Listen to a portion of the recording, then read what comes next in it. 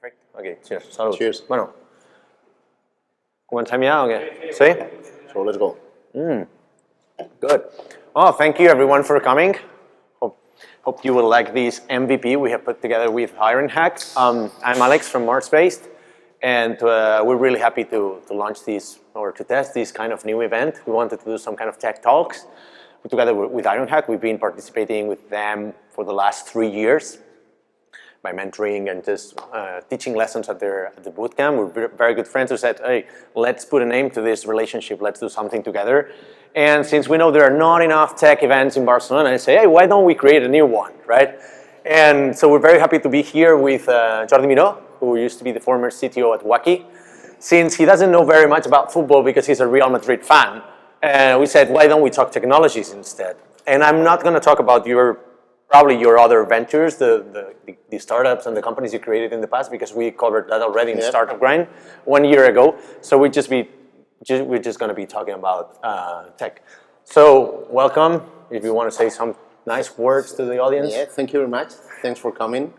Hope that this event will grow into something meaningful for the community. If not, it will die. And I think that we have a very interesting technology hub here in Barcelona with really top talented engineers, and not only engineers, but around the engineering world. And I think we can do something very interesting.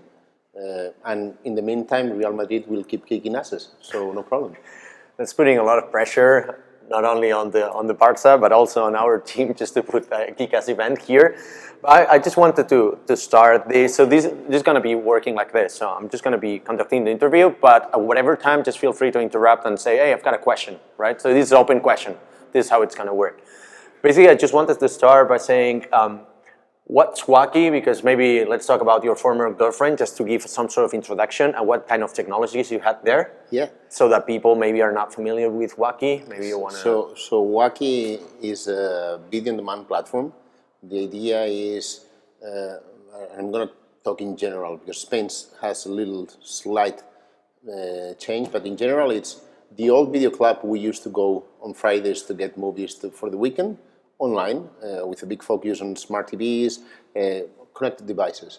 And the idea is you have all the new releases, long tail, thousands of titles, and you pay as you go. And we started it in 2010, grew the team to around 170, 180 people. I left a couple of months ago after almost 6 years there. And I was employee number 5, so I saw the growth of the company. And technology speaking, Waki is a Ruby on Rails application, but not because anyone made a very, I think it's not only Waki, but in general, you don't make a very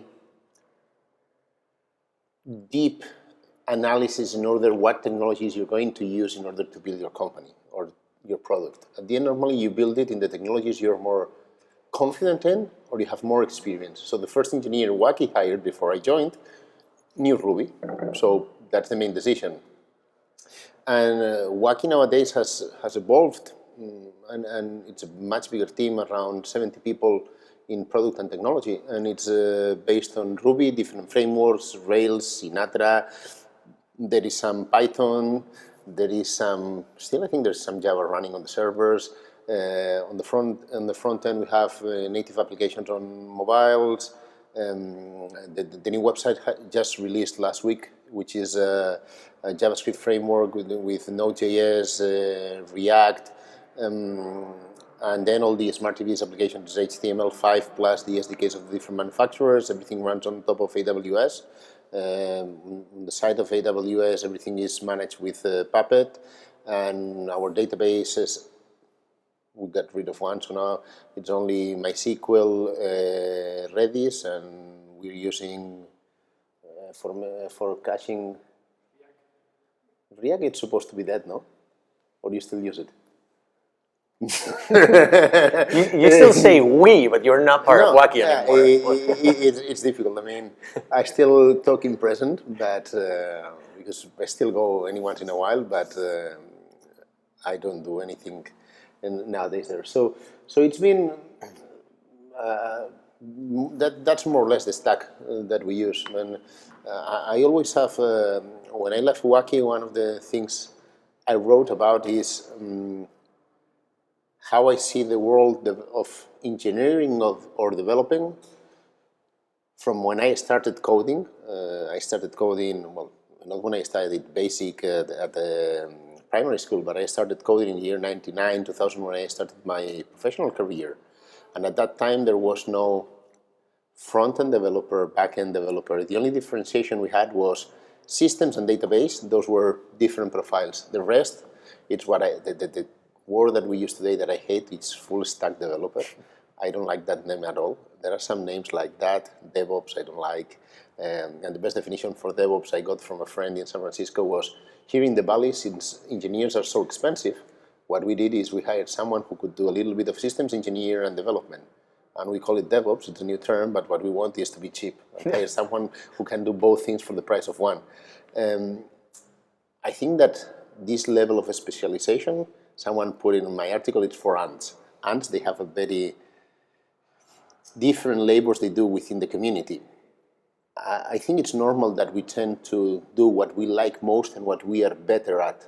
But what I don't like, and I see it very often, is I'm a, whatever language you want to put, developer, Ruby, Python, whatever, or I am a front-end or back-end engineer, and I don't want to know anything about the other side of the stack.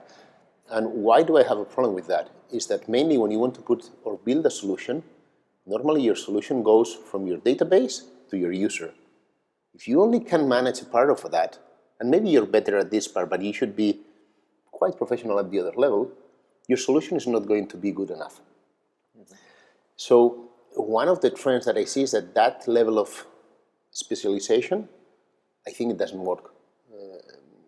I don't think you can provide the best input for the company, and it is not because I'm starting something new, and unfortunately I'm coding again. So I'm less than a junior developer nowadays. I have not been professionally coding for 10 years. So my days are like a roller coaster. Yes, on Friday I left home very disappointed. I didn't manage to build anything on Friday. So I went home, disconnected for a couple of days. Yesterday it was amazing. Everything I tried, it worked. So wonderful, got home, hype completely. Today it's been, again, miserable. So I'm relearning a lot of the things I used to do 10 years ago, or maybe 9. Why? Because the problem is technology has changed and evolved. The way we used to build technology 10 years ago, it's completely different to how you build technology today. Frameworks, languages, infrastructure. We used to build everything on iron. Now, more or less, everything is on the cloud. So from a conceptual point of view, I had everything running in my computer. It was amazing. MySQL, everything running, Python, and it was working. Now you put it in AWS. How the fuck do you move this from my computer to AWS? VPC, RDS, and it was not, for me, it was not trivial. In fact, I'm learning a lot, and I don't like to, it's not that I don't like to learn, I don't like to study. So I don't like to read, but if you don't read, you spend a lot of hours doing mistakes. So I need to balance the amount of time I read, the amount of time I practice, and the amount of time I keep calling my ex-colleagues to say, I have a problem and I need help. And when you have a team, it's much easier because you can learn from your peers. When you are alone, it is quite difficult because you need to be your own. So you need to do your work. You need to learn from yourself. You need to, and it's quite intense. If you were to single out one thing about what's the biggest challenge that you've had transitioning from a 180 people company to being a solo entrepreneur or shared entrepreneur with just another person right now, what would it be? The biggest challenge. So the biggest challenge when we started this was how do we build it? And the guy I'm working with, he told me, no, I want to.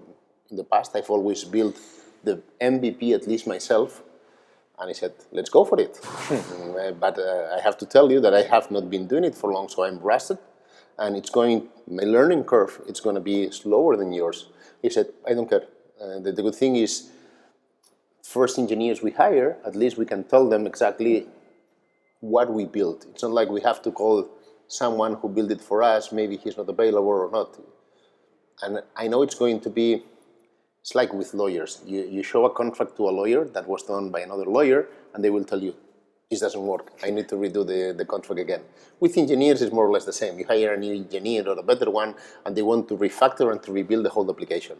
So the good thing here is I know that if this thing I'm working on, if it progresses accordingly, someone will come and will tell me, this is a piece of shit on technology or code. I don't care. At this moment, I don't care. The biggest change is that in the past, so now I don't have to manage people, so I have a lot of time that I don't dedicate to people management. There is a lot of time dedicated to the design of the idea, which I used to do in the past, but now that time that I was dedicating to people, I'm dedicating to technology. And when you take your chances, and in our case, what we're doing is we're building everything on top of AWS, serverless completely. There is no server at all. I don't want any server to be managed because we don't have the experience to do it. So we're going to rely on the AWS ecosystem. So the first challenge that you have there is, if you want to use the services, you need to do it in Node, Java, or Python. So I hate JavaScript. I used to code in Java, so we decided to go with Python. I have read Python in the past, and I have done some proofs of concept. So first thing, you know how to structure your algorithms, you know how to structure your solution, but you don't know the syntaxes. So let's learn it. And the good thing is, compared to 10 years ago, there's a lot of not documentation per se, there's a lot of new ways of learning, which I like. There's a lot of video materials out there that you can follow. And very short capsules, example. So you pay 20, 30 bucks, 50 bucks, and you can easily accelerate your learning curve. There's a lot of documentation that you can find. Stack Overflow, which didn't exist when I was coding, is amazing. Google knows everything, so you just put the error you get in the console, you put it there, and all of a sudden you have hundreds. So the biggest challenge is get dirty again. It's in the past, I could build a solution with the team, and it was like, go, build it. I'll help you, but that's it. Now it's have my design, I have my solution. The good thing is I have a very good network of people, so I run everything through the people I trust. But at the end, it's like, okay, they say it's okay, build it. You got to do it yourself, right? So for being an entrepreneur, basically, you got to build this MVP because we're used to this so markets change so much, users change so much, and technology evolves so quickly, and basically, you got to build your MVP to test your idea. I think, and I want your opinion on this, there's two different kind of entrepreneurs, right? The ones who build an MVP knowing that it will not be used in the next phase. Oh, if this works, it's going to scale, but I'm just going to rebuild it again because it's useless. And then there's this other part who know, no, I've just built this, I'm just going to hang on it until we've got 50K users or something like that, or until it explodes. No, what will you do? I think that at the end, and that's my personal experience, you build things and we try to over-engineer our solutions. Yeah. Normally, we try to think, whenever we have 1 million users, what's going to happen? Come on, you don't have a single user. You don't have even 50, right? I don't have even one. Exactly. So once we get to the river, we'll decide how we cross it. So the idea is we're going to build this product. Let's see if it has traction. If it does, we'll decide if we raise money or not. If we do, and we bring new people into the team, I'm pretty sure that we will look for better engineers than we are. So if they decide that they need to redo it, let's go for it. Also, we have some technology background on ourselves. So if someone comes to me and tells me I need to redo it, every single thing, I will tell him, no, it's impossible. So pick your fights, because resources are limited. And for sure there will be things that you need to change very urgently, and others. So Waki has had the biggest refactoring in life being built the last year. And in the beginning, engineers, they wanted to redo Waki completely from zero. And I told them, hey guys, it took us 4 years to get here. We've learned a lot, we know a lot. How long do you think it's going to take you to build this again? No, like a year. I said, bullshit. If it took you 4 years, doesn't matter if we're more people and we know more. It's going to take you 3 years. And not because I'm wiser, I'm older. Yeah. So whomever comes next and they want to change, go for it. Are you... I want to build a business. Actually, that's why I wanted to say, like, from your point of view, also you're more focused on resources right now because precisely you have to build it yourself. How do you manage your time between technology and business? There is no business There is today, no business, so it's very easy. I think that the problem is going to be in January. We plan to launch in January, so the problem is going to be in January that you need to launch it.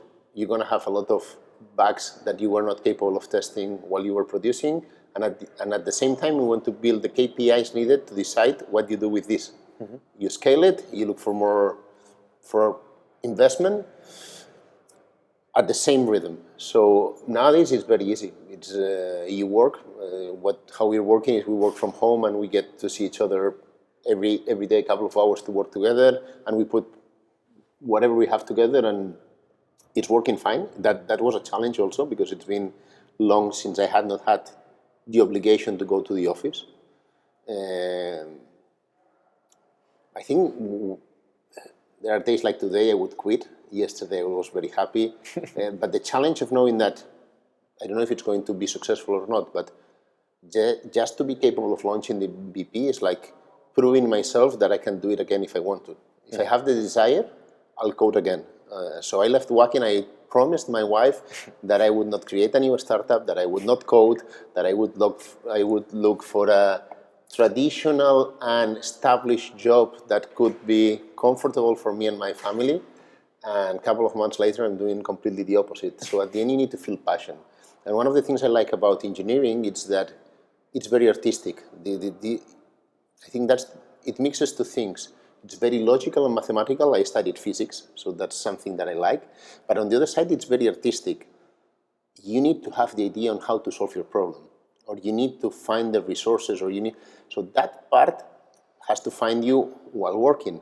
But that challenge of building, it's like an artisan. You're building something, and you choose your tools, which are the technologies we use. So that challenge of being capable of producing something from scratch again, learning at the same time, suffering at the same time, it's kind of masochist, but at least I'm up to the challenge for a while. Let's see where it takes us. You mentioned that, yeah, that's very good. Thank you for the assist. If we are artisans, developers are artisans, that's a double-edged sword, right? Because you feel very passionate about it, you really work even overtime and like very long shifts on your product, but we tend to over-engineer, as you said. What other, let's say, what other problems do you find in first-time developers, first-time entrepreneurs in tech? Do we tend to also refactor too much, or code solutions code for problems we don't yet have, as you said? I think that's the biggest. The biggest problem. There are two problems. That one, and normally, I was talking now. Normally, when you see groups of people building something new, either they are very technical or non-technical at all. Yeah. Finding a team that has both things in the middle, that has very technical and very business people, it's difficult to find. I think that you need to think one phase after the other. I mean, the Google guys didn't thought 10 years ago that they would be what they are today, or Facebook. They were adding new stuff as needed. They were adding new technologies as needed. They were evolving. And one of the things is you need to balance very edge technologies with very stable technologies. So one of the things I've been learning lately is we've been looking on how to produce mobile applications, and I have always done it the same way, native applications. And now we have this big debate if native applications versus hybrid applications. In our case, we're doing hybrid applications mainly because of resources. We are two guys and we have to do our backend, our frontend, even if we go serverless, you need to connect all those pieces on Amazon that I thought it was crystal clear following the documentation on Amazon. Today it was so frustrating that I even called the guy in charge of AWS in Spain. I told him, I hate you. Hate your company. No, but So we tend, so for example, Ben was mentioning in Waki we use React. Or why we use React? Because there was a very small project and we wanted to do something little different. And at that time was almost 3 years ago, was very new.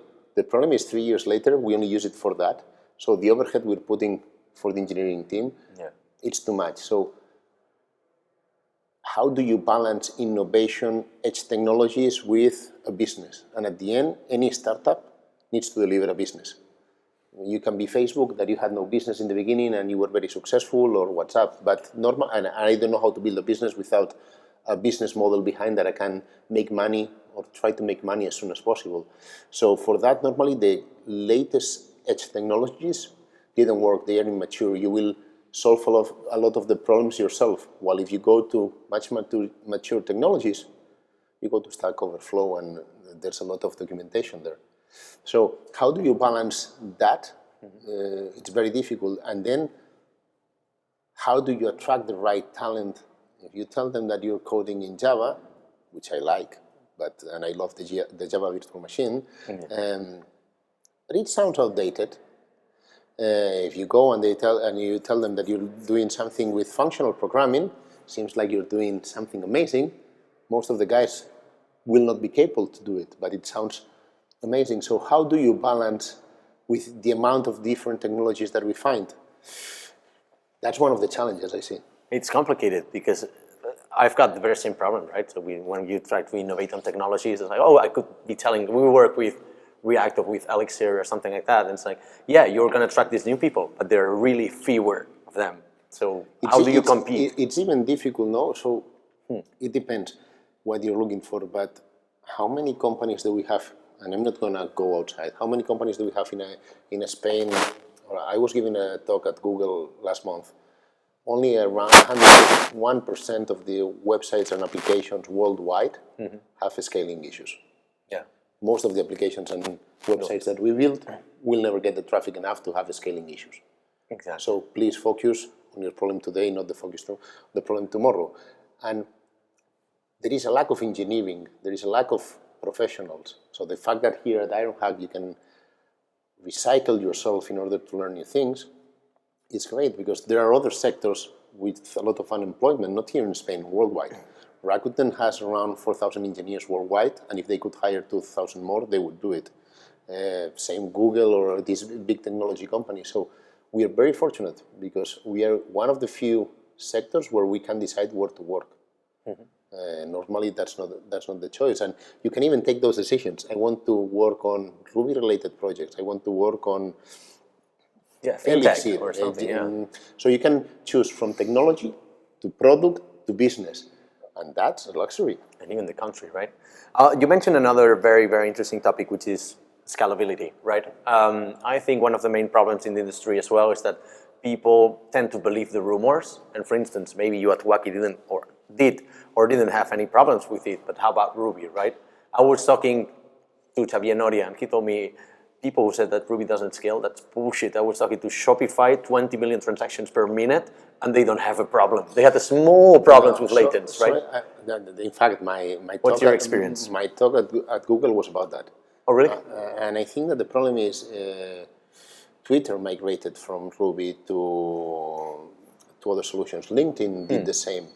And those same engineers that 5 years ago blamed language for not scaling, nowadays they acknowledge that the problem was they were not using the language or the framework correctly to what they were supposed to do.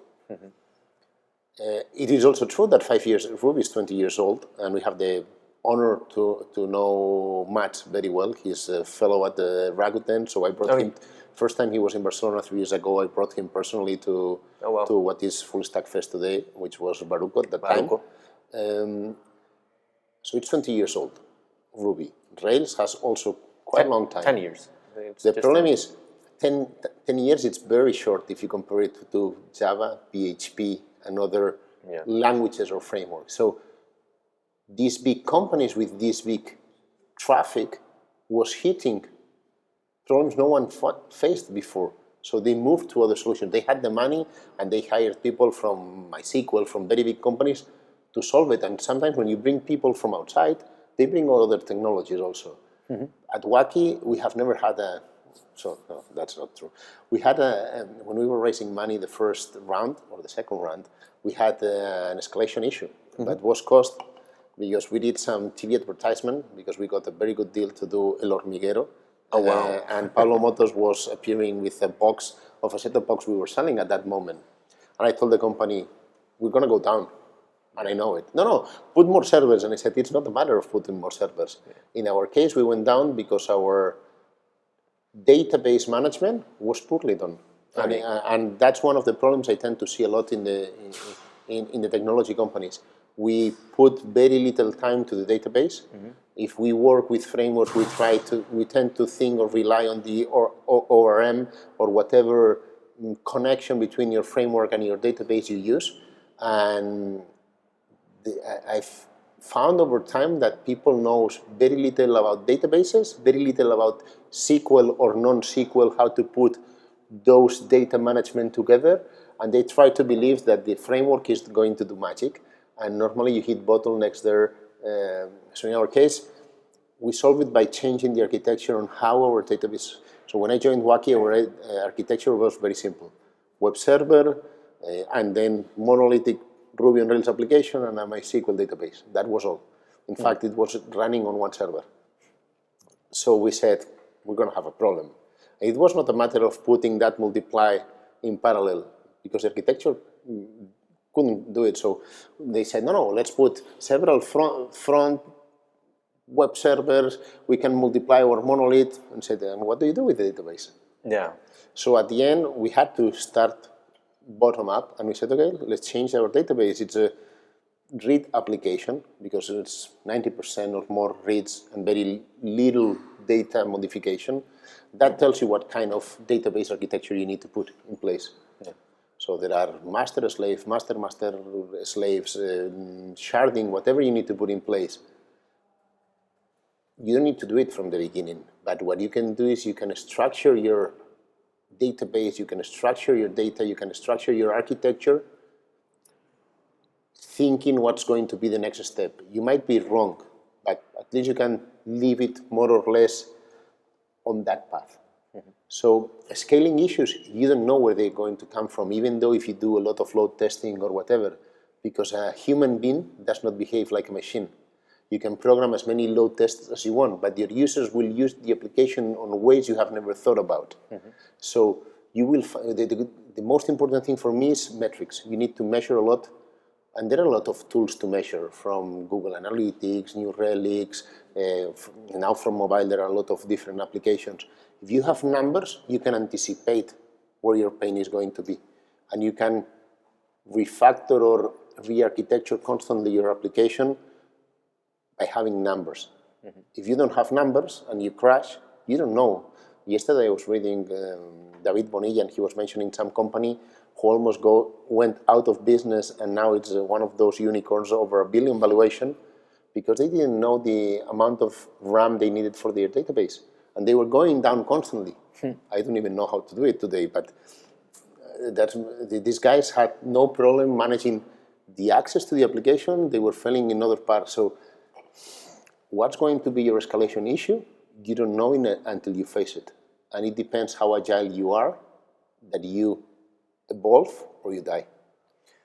That brings up a very interesting topic, which is about the data, right? We tend to overanalyze the data as well because we need to report to investors, for instance, or we want to just share our metrics in the internet, in our Medium blog post about how cool we are. But how about the technical data? When does it become relevant? When do you have 50 users? Do you think that's relevant enough, or do you think statistically it's not, because you need a minimum amount of data. But if you have 50 users, that's the data you need to work with. And the problem with that is that if you do mathematical models to expand that data, it's not going to work, because when you have 50 users, that 1% that is going to kill you, you don't see it. Because you have. So I always put this example. When I joined Waki the first month, we did 11 euros in revenues. Out of those 11, I think the founders we paid 10. So friends, family, and fools? 1. Okay. So it was not. It was very difficult to first put a plan to raise money. Second, to get data to say how is the traffic? How do we need to scale this infrastructure in order to accommodate? Because one of the things is, for example, Waki was based on physical data center, and I moved it to the cloud because I had previous experience in video, and I knew that doing capacity planning for the peak, it's a problem because on the video you have hype. It doesn't matter if it is live streaming or VOD. The peaks are very high and the valleys are very low. So if you go for the peak, you're overpaying throughout the week. And it's funny because the graphic of traffic has been the same consistently over 6 years, with the difference that the base level, it's higher every week. So the problem is, how do you anticipate that when you had 50 users? You cannot. Period. You cannot. So, but if you do a little analysis, you know how your average users behave with your competitors, with other services similar, and the internet is full of documentation. You learn to distinguish between good and bad data, but you can gather data on how users behave on fintech, how users behave on, and that should help you define how to set your architecture. And having a lot of KPIs is as worse than having very little. Because if you have very little, maybe you take the wrong decisions. If you have a lot, there is a lot of noise. So how do you choose the right KPIs, business or technical, to take the good decisions? I think that's key. Because sometimes you're looking at the website page load. You're basing your business on mobile. Why do you even care about the page load? Yes, it's important for acquisition, but you're not going to be dead there. So it's very difficult to distinguish for those 5 to 10 KPIs on any area that you need to track. Maybe your team has 25, but you need to focus on a very limited set of those. So your advice here would be take whatever technology that you are familiar with, and then when you're as big as fucking LinkedIn or Twitter, you're going to replace it accordingly, right? I think that's it. I mean, with I would say the modern languages or the most established languages, and you can name Python, Java, Ruby, PHP, and there are much more that to build most of the applications that we use and see, it's more than enough. There's a lot of people complaining about PHP, but you can do amazing things. I assume that on Facebook they do very amazing things with PHP. Yeah. 20 used to do very amazing things with PHP, but people coming from languages like Python or Ruby, they would say, no, PHP. We don't like it. It's very verbose. It's shit. Yeah, we could agree, but you can do things very well. Exactly. So it's not a matter of the language. It's a matter of how do you use the tools. And normally when you have a hammer, you tend to see everything as a nail. That's a very good one. So the problem is, do you need always a nail or a hammer? Sometimes you need a screwdriver. So have your tools available. No more than just one language. You can be proficiency at that one. But you know that if you want to go low level and with more, if you're looking for the things, maybe you need to go to C++. It's complicated, yeah, but it depends what you're looking for. Exactly. I just wanted to reach out and just ask a couple questions. So how many of you are developers here? Only you? I thought we would be attracting developers. What's wrong, Mark? Something else working. Cool. So who's an entrepreneur looking for a developer here? Okay, I see it now. Okay, we need to market this. Hola. Good. So my next question being, because I wanted to delve a little bit deeper into technologies, and I want to say specifically about hybrid mobile development, because this is something that when we were talking about this last week, I think I mentioned, like, we're trying Ionic 2, it's very great, and you said, I'm going for one. I said, why? Why would you do that? Because you're familiar with it. No, so let's put it this way. A month ago, I was not familiar with any of the different frameworks. My partner had already worked on an idea, and he told me, this is how I built my MVP, but I want your input. So I said, okay, I'll do the first thing I'll do is I'll act as a consultant. And I got whatever he had in mind, and I went and did something that I was not used to. In the past, I used to. So you try to do very simple MVPs with different frameworks or technologies, and you see what you like, you read a lot about them. And so at the end, I ended up with three different options, which were React Native, the one by the Telerik guys, I don't remember the name, and Ionic. My problem with React Native was it's a little immature still, and you need to change your approach on how to build applications with React, the concept of the virtual DOM, and how the one single page and how you manipulate data here and then you show it. And I said, if I need to learn a lot of things... Inline styles, but that's a big one. Yeah, I'll say, let's try to be efficient, so I'm not going to learn about that. Okay. And the other one I like, the Telerik guys have been building tools for developers for a long time. And what I liked is that they were using directly the APIs of Android and iOS. So they were using actually the real objects, not kind of object. The only problem is that they don't support WebGL or Canvas. And what I'm doing, I need WebGL and Canvas. And then I went to Ionic. And in fact, that week, the guys of Ionic were here in the Angular meetup, and I went there. Unfortunately, the meeting I went, and I think it's like all the generic meetings, was more of a commercial pitch than a workshop. The workshop was during the weekend, and I was outside of Barcelona. And we decided to go with Ionic. Ionic is based on Angular. By the way, Waki's back office is for all the employees is based on Angular too. And I'm not very familiar, but enough to, because when we took the decision to build Waki's back office on Angular, I read a little bit, and we decided as a team that we wanted to go with it.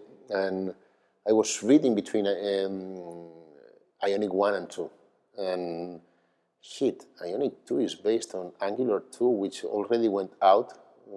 They say that they have a stable version. I doubt it.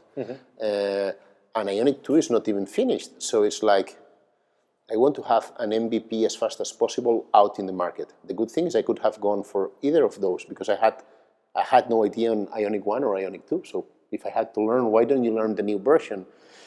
Well, I went conservative, because one of the things I know is that I have a lot of documentation of Ionic 1. There's plenty of samples. There's a lot of documentation. So I decided that we would go with Ionic 1. It's based on Cordova, so there's a lot. Cordova has been out there for ages, and there's a lot of plugins made. Documentation. And really, we don't use Angular. So we have done a couple of services in Angular, but very little, because the framework abstracts us from that. So I would say, if what we were doing was not what we are doing, that we need WebGL or Canvas, I would have gone with the Telerik solution.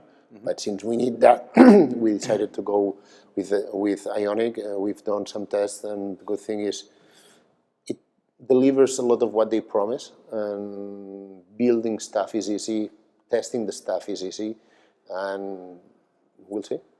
Okay, just if you want some advice, the Angular team is not working on Angular 1 anymore. So if you've hit an issue, it's going to be staying like wonderful, forever. Wonderful. If we hit an issue and it's perfect, and it is, the good thing is our application is quite simple. So moving to Angular 2 and Ionic 2 should not be a problem. Let's see if we hit that problem. Let's see what happens. If we don't hit that problem, maybe we're not successful, or we are smart enough to be successful without going to the edges of the technology. Let's talk about like hiring an in-house programmer, right? Because you're going to eventually hit the point in which you need to hire a team, right? What's that? That's easy. That's easy. What's your policy on that? Do you hire by talent or by skills or potential? How are you going to do it this time? So it will all depend how much money I have. Let's assume you've got not very much. So I remember when we started hiring at Waki, when you don't have a lot of money, you have big competitors, so you need, and at the end, engineers, they tend to like to work with people they respect. I remember when we started Waki, no one wanted to work with Waki. They didn't know us. I had been out of Spain for almost 10 years. I'm originally from Madrid, so I knew no one. Maybe it's that. Yeah. Maybe they didn't know that you support Madrid, but yeah. No, I made it very clear from the beginning, so no problem. I wouldn't want to work for you. But you did.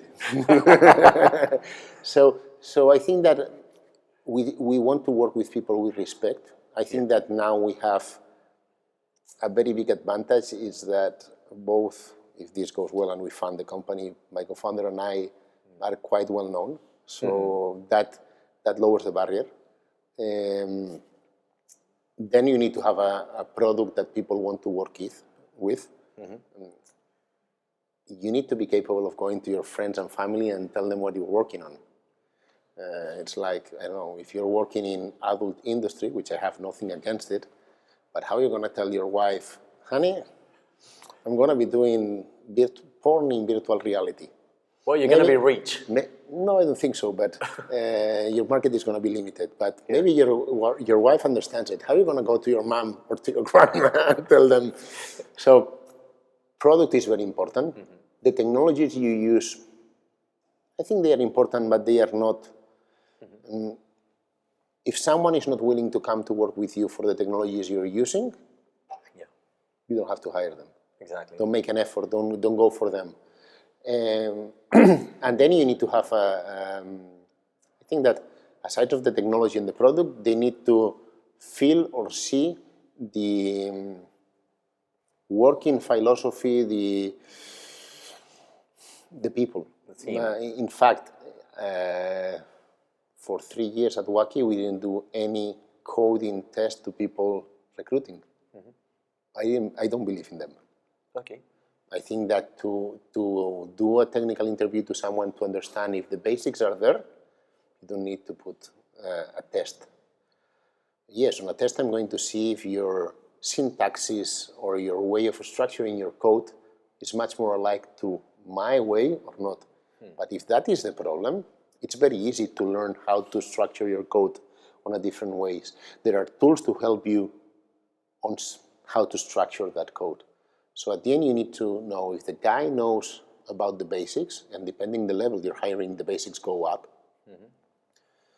And with that and the personal attitude, that's more than enough. How would you how would you test them? Would you go in the interview asking some questions like Google does? How many golf balls can you fit in a bus? My interviews are very personal. And in fact, if my interview goes short, the candidate must know that it's no directly. Okay. So first it's personal, if you have a rapport with that guy or not. And sometimes you're wrong, because we all have bad days.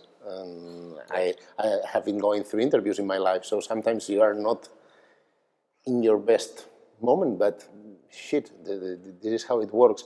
And second, I make technology questions, generic technology questions, and from there it evolves. Because when you see that someone with the first basic questions has some problems, but it all depends on what you hire. We hired Ben.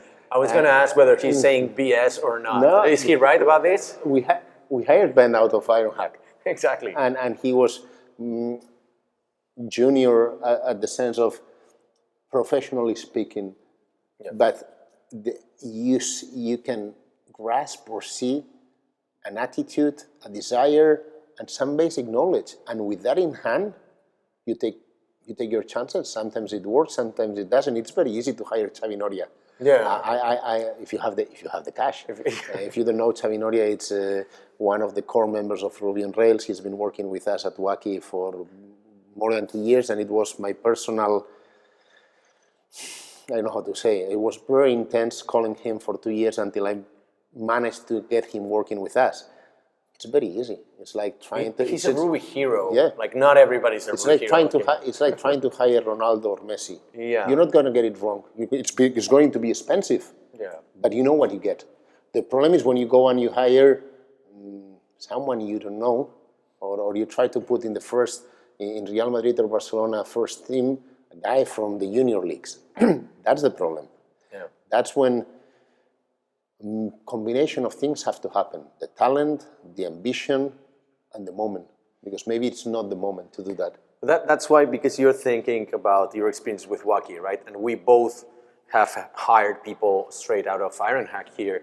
And I want to know your vision on being an entrepreneur, so potentially people from here that might want to hire somebody. What's your recommendation on hiring people who come straight out of a development bootcamp? I think that you should expect that they get the basics, that normally it's people who have done this new way of learning because they feel, I mean, you have to be passionate or interested because normally a lot of them have had another career or have done other things, so you don't invest that amount of money and time if you don't pursue something. But you have to be really clear, and that's my experience of what you're getting. And sometimes if you are not technical, you don't know what you are getting.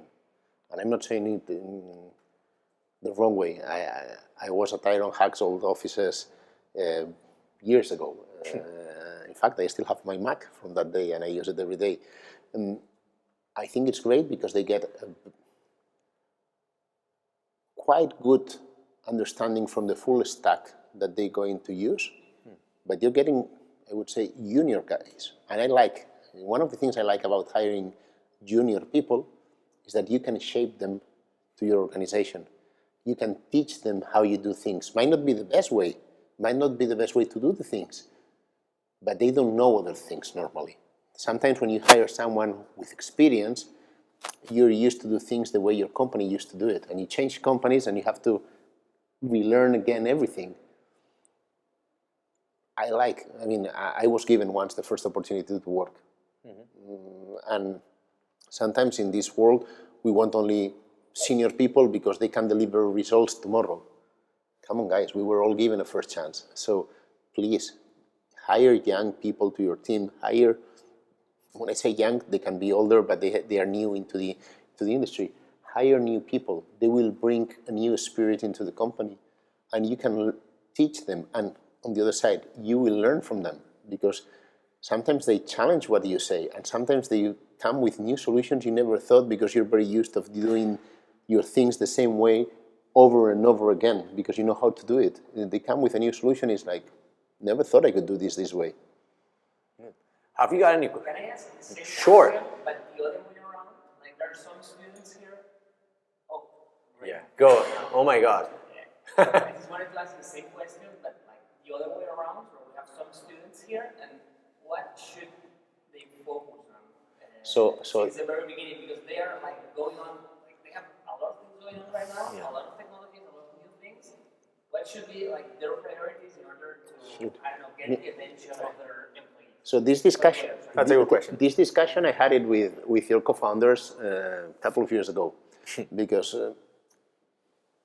if you look at the full stack of any company, front-end, back-end, systems, databases, and QA, which are the most difficult to recruit? And we could say all of them. No. So it depends. I mean, you have to do whatever you like most. But on the other side, if you're a mercenary and you want to make bugs faster than others, there are areas where there's a higher lack of employees. So if you ask me, I was last June at La Salle at the university. I tend to go 2-3 times a year there. And I was telling them, there are some areas like databases. And QA. That's the next one. Yeah. Do you know good DBAs? Good, really good ones that have had experience with large databases outside the Oracle world. Because Oracle, I can find very good DBAs, they are very expensive and they work for corporates. But people who have had really millions, billions of data on MySQL, Postgre, NoSQL, I know very few ones. So databases, and I told them, you should put an Iron Hack specific course for data. In fact, I know someone in Madrid who used to be a mentor of me in my first company, PwC, who she's doing something like Iron Hack, but only for, that's one of the other words I hate, big data. Big data.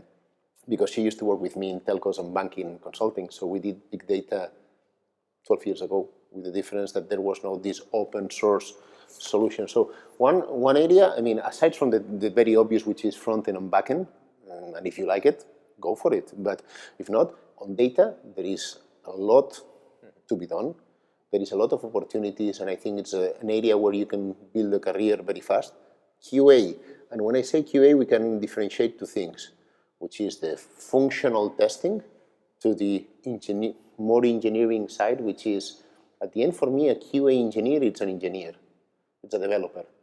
The only difference is normally when you develop things, your definition and your output is one, and I'm going to collect that output as my input. And if we work coordinated, your output has to match my definition as a QA, and I'm going to build harness and a sort of test to validate what you do. One of the things we did at Waki quite well was we changed all our development methodology to go from a project basis to a product basis, and that was only capable because we increased our QA capacity. So the fact that when you start building something, the QA engineer knows what he's going to get, and he starts building the test. So the engineers do their unit testing, and the QA team did the integration functional testing. There's other companies, like I was speaking with phone engineer manager Daniel Brandi, who happens to be went with me to school since we went 4 to 18. They have changed the paradigm, and they do, all the engineers do everything. There is no QA, and they do, a normal engineer does the development, the unit testing, and the functional integration test. So I think that if you want to base as a student out looking at the world, I would say that databases and QA are probably the worst covered in the market. But the beauty is, if you do front-end or back-end, you're going to find a job, for sure, because there's a lack of engineers. Just go to Jobs Barcelona, jobsbcn.com, go to Barcino, go to Indeed, even to InfoJobs. How many engineering jobs are offered every day in Barcelona, Madrid, or Spain, or if you want to go to Europe? Hundreds, thousands.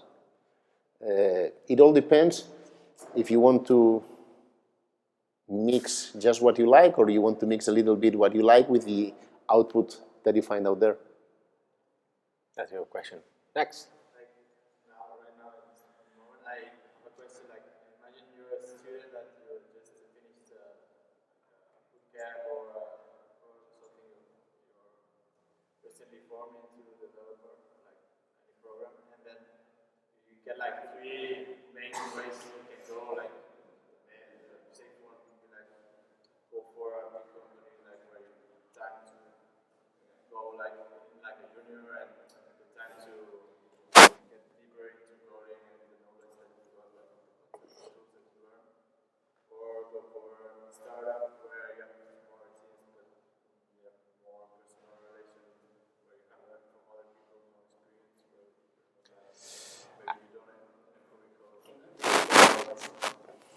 So the question is, if you come out from a boot camp, or you just come out from university, you're a very junior guy, and you have different options from going, let's say, from corporate to middle-sized company to a very early stage small company, what would be my advice? And I think that that's a difficult one, and I'll put it into my own experience. Yeah, but I would do the same again. So I started working for something that it is in the startup industry no one wants to mention. I started working for big consulting firms. And what I saw are projects that you don't see anywhere else. So I did very big e-banking solutions that nowadays we don't see because there's not enough money.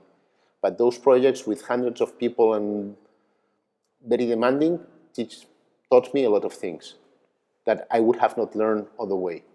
When we hired Ben, in fact, we interviewed several people, and there is people we didn't like, there's people we liked, they didn't like us, or there's people like Ben who decided to take a chance with us because it was also in a team that was in the middle of nowhere, just reporting to me as CTO, but little bit, which on the other side was very good because we had a lot of autonomy, we didn't report to anyone. The point is, what are you looking for as your first job? One of the things I think you should be looking is first, the product or something that you like. Second, a place where you can learn. And my experience is if you go to a very small startup, it's going to be difficult that you have role models to learn from. Because either they have a very talented technology founder, or if not, the team is going to be limited. In fact, one of the things I see in Barcelona in general, in the startups that we even in Waki, or I could name, I don't know, Trovit or gaming companies, a lot of the engineers that work there, the biggest thing they have done is that. And that is a problem, because you tend to do the things the same way you have been doing it for ages. Because you don't need, maybe you don't need to do better or bigger things, but that's the scope you have done. So you go now to Waki or these companies I'm mentioning, it's great, you have 70 people, you're going to learn a lot. It was difficult coming to Waki when we were 2.5, because, and that was the problem, we didn't hire people. First, no one knew us. Second, who's going to be my lead that I can learn from? So that I would say that the answer is look for the companies you're going to work for, what is the staff there, and who's going to be your role model or the leader you're going to learn from, and that should help you take the decision. And then, of course, there is an economical factor that we cannot acknowledge, and at the end, we need to eat at the end of the month. So you put all those things together, and you take your decision. That's a good question. More questions, or else I will continue with my boring questions. So you guys, I just wanted to And ask if not, you, I'll go to watch Real Madrid. what time is it? 25 minutes. 25 minutes. I'm recording it. I've got 50 more minutes of questions. But Don't worry, I'm recording it. Oh, you're recording it. I just wanted to ask, now that you're going back to development, what things have changed in your stack of applications you're using? Probably Sublime Text was not there. I started coding with Notepad and compiling Java on a DOS terminal, so it has changed a lot. So I think one of the good, and then we started working with NetBeans and Eclipse, which was very consuming from a computer point of view. I think one of the beauties is that, and I'm very limited at that, but you can set up a virtual environment on your machine quite easily to replicate quite well what you have on production. You can even code locally and use AWS to run everything that you're testing. I started using Atom.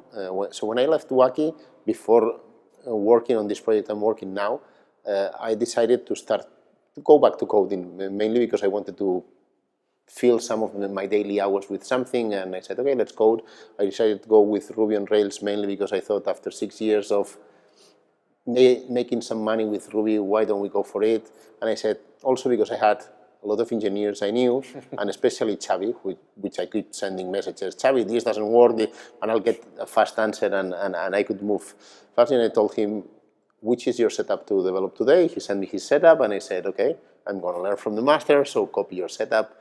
Then I tried, he uses Atom, and I went from Atom to Sublime Text. I'm trying to use more and more command line tools. Emacs or VI is too far away for me today.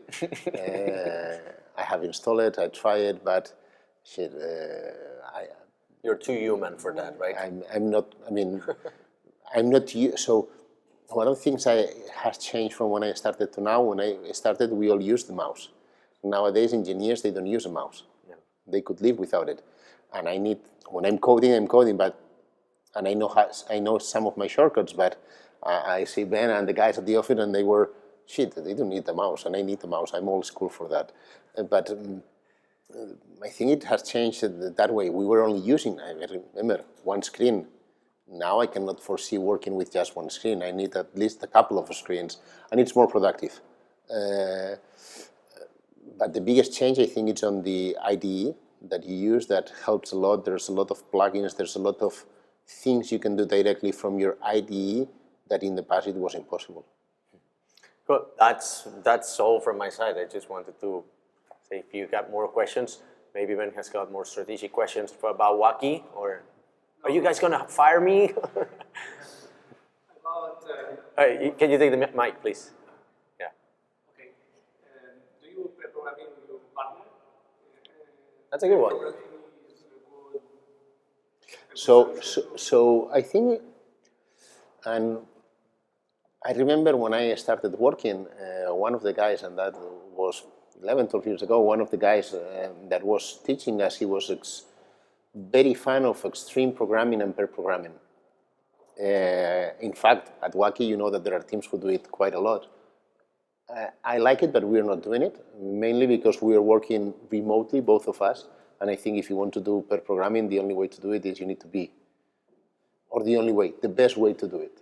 You can do it nowadays remotely. There is a lot of tools to share screens and so. Yeah. We are not doing it. What we're doing is, yes, we check the pull requests that we submit every day and so, but at the end we gather every day a couple of hours. And it's not pair programming because we don't tend to program there. It's more of code reviewing and architecture reviewing than pair programming. But I like a lot pair programming when you have the resources, and when I say resources, the team enough to do it. Nowadays, since we want to launch an MVP as fast as possible, what we have said is, you're going to take care of this, and I will review it. I'm going to take care of this, and you're going to review it. But I think that at this time, we will be slower. We want to go fast. But for you, if you have to. But if you have to build a team, it's something you will take. I would say that I would let them do whatever is best for them. I mean, for example, I can think on the playback team in Waki. If you look at some of that team, normally you see 2 or 3 people on the same screen. And I always make the joke, you're not working today. No, they are working. The way they work is that they do pair programming. But I think that in order to do pair programming, you need a sort of attributes that you're capable of doing it. If not, I think that there are many ways of doing it differently. Pull request, if you set the basis of the pull request approval accordingly, and we have gone through bad times on that because the team was not mature or educated enough, and the code review was more a personal thing than a code thing. So at the end, I tend to think that, like with methodologies, you need to find base methodology to use, and from there, the different teams you might have need to be independent enough to modify that to match the people on that team. Try to force everyone to do the same. It's like the example we were putting in soccer. Are you going to ask Messi to defend the same as Busquets? I'm sorry, no. Why? Because not. Because the skills and the personality, or it's different. So in this case, I think you need to allow them to use the best tools possible. You need to train them. And that's very important because as engineers, we need to recycle ourselves constantly. Technology, processes, everything. And not only technology. Other sides of what we do is very important. But if you put all the tools on the table and you help them sometimes by forcing them to select a different tool than the one that they are used, you enrich them, you enrich the team, and you should get a better output. And there are times when you need to go fast, and then you choose for the fastest route, and there are times you have more time, and you invest more on finding other ways of doing things. Great, thank you. Any other question? Yeah. Mike, can we roll the mic over there, please?